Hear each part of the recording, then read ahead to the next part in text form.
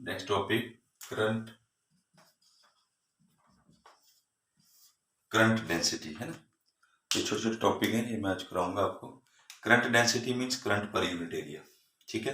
That is जैसे हम इसको डिनोट करते हैं, current per unit area is known as current density, ठीक है। It is the amount of current passing per unit area, कितना amount of current per unit area में pass out होता है, that is show its density, that is known as current density, ठीक है। और इसके यूनिट आपने करंट के एम्पेयर पर मीटर स्क्वायर कर सकते हैं इसको, ठीक है। डायमेंशन भी आप फाइंड आउट कर सकते हैं इसका, दैट इज अब करंट का डायमेंशन एम्पेयर ए, ठीक है।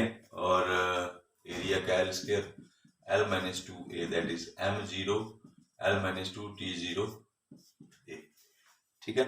उसके बाद current density in term of drift velocity हमने करना है। Current density in term of drift velocity,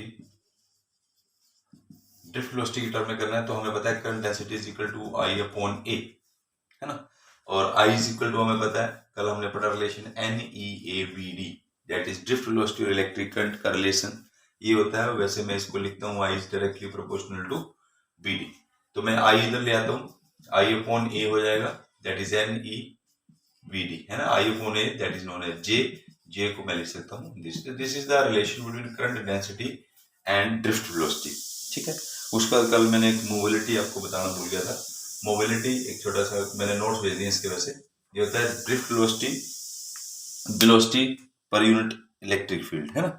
magnitude of drift velocity of the current carriers in the material to the magnitude of applied electric field, that is called mobility, ठीक है।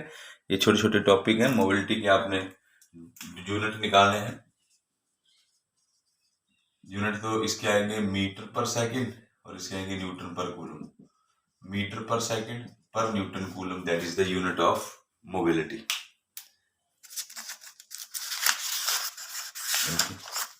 बड़ा important topic है, that is Ohm's law, ठीक है।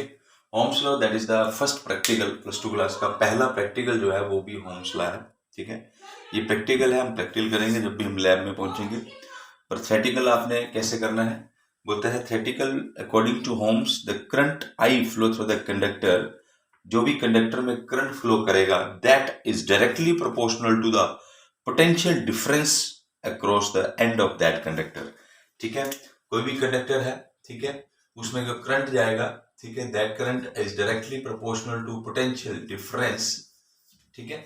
I is directly proportional to potential difference across the end of the conductor, provided, इसमें एक चीज conditionable होती है, provided physical conditions like temperature pressure remains unchanged या रिमेन सेम, ठीक है।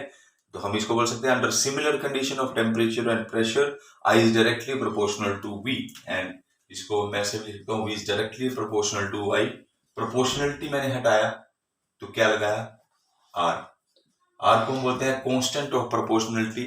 आपकी लाइफ में एक और टर्म आ गई, that is called electrical resistance,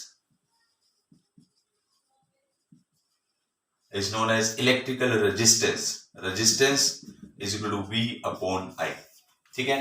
current ज्यादा होगा तो रेजिस्टेंस जो है वो कम होगा, रेजिस्टेंस की वैल्यू ज्यादा हुई किसी सर्किट में, दैट मीन्स कि करंट का फ्लो उसमें कम हुआ, दैट मीन्स यहीं से हम डेफिनेशन भी लिख सकते हैं रेजिस्टेंस की। वैसे रेजिस्टेंस जो है एक कंपोनेंट है in the electrical circuit which oppose the flow of current, current को अपोज करता है, रोकता है, दैट इज कॉल्ड रेजिस्टेंस, उसके बारे में हम बाद में पढ़ेंगे, ठीक है। तो इसमें जो प्रैक्टिकल है ये एक प्रैक्टिकल फॉर्म है हमारी, तो इसलिए इसका एक सर्किट डायग्राम है। ये सर्किट डायग्राम हम बनाएंगे लैब में, ठीक है, जिसमें क्या होगा, एक एक्स वाई जो है पॉइंट, एक्स वाई पॉइंट के बीच हमने एक वायर को लेना है जिसका रेजिस्टेंस हम फाइंड आउट करेंगे, ठीक है।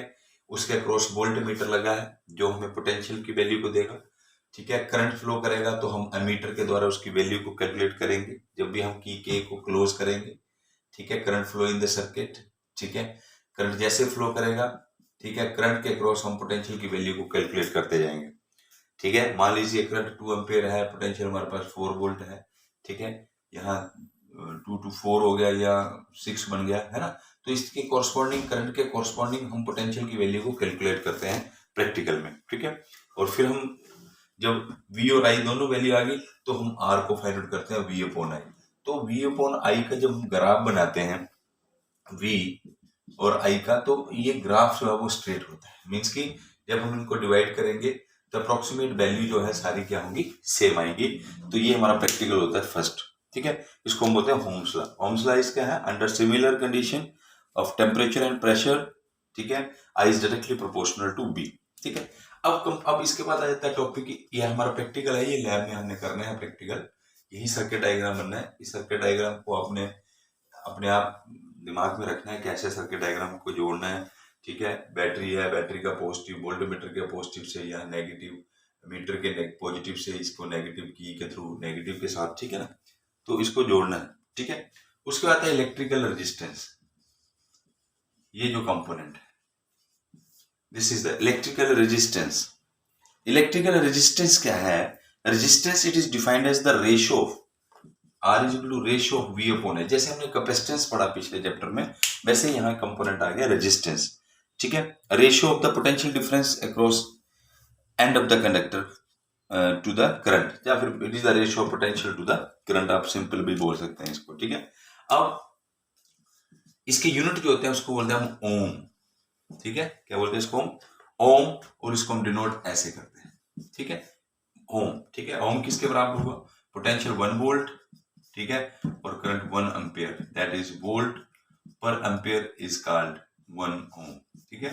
तो 1 ohm is the unit of resistance, ठीक है। Resistance of conductor is said to be 1 ohm if 1 ampere current flow through it when its potential difference is 1 volt, ठीक है। तो हम resistance is said to be 1 ohm. 1 ohm कब बोलते हैं इसको? When 1 ampere current flow through the circuit having potential difference कितना आ गया? 1 वोल्ट, ठीक है। डायमेंशंस भी आप इसके फाइंड आउट कर सकते हैं। V अपॉन I, V को मैं W अपॉन चार्ज ले लेता हूँ, ये करंट एम्पियर हो जाएगा। ml2t-2 AT, और इसका आ गया एम्पियर, ठीक है। ml2t-2, ये A2t, ये बन गया ml2t-2 A-2, नहीं सॉरी ये ऊपर चला गया, T3 बनेगा, ml2t-3 और A-2, this is the dimensional formula of electrical resistance, ठीक है। तो ये छोटा सा टॉपिक था ओम्स लॉ और रेजिस्टेंस। हमने नया जो टॉपिक, जो नया टर्म आपकी लाइफ में आई, दैट इज कॉल्ड रेजिस्टेंस, हो ना। और इस रेजिस्टेंस को हम कैसे करते हैं, ये इसका सिंबल होता है, वो अगले लेक्चर में आपको बता दूंगा, ठीक है। इसमें क्या है, इसमें क्या है इसकी, चलो इसको इसके बाद हम कल करेंगे अगला टॉपिक।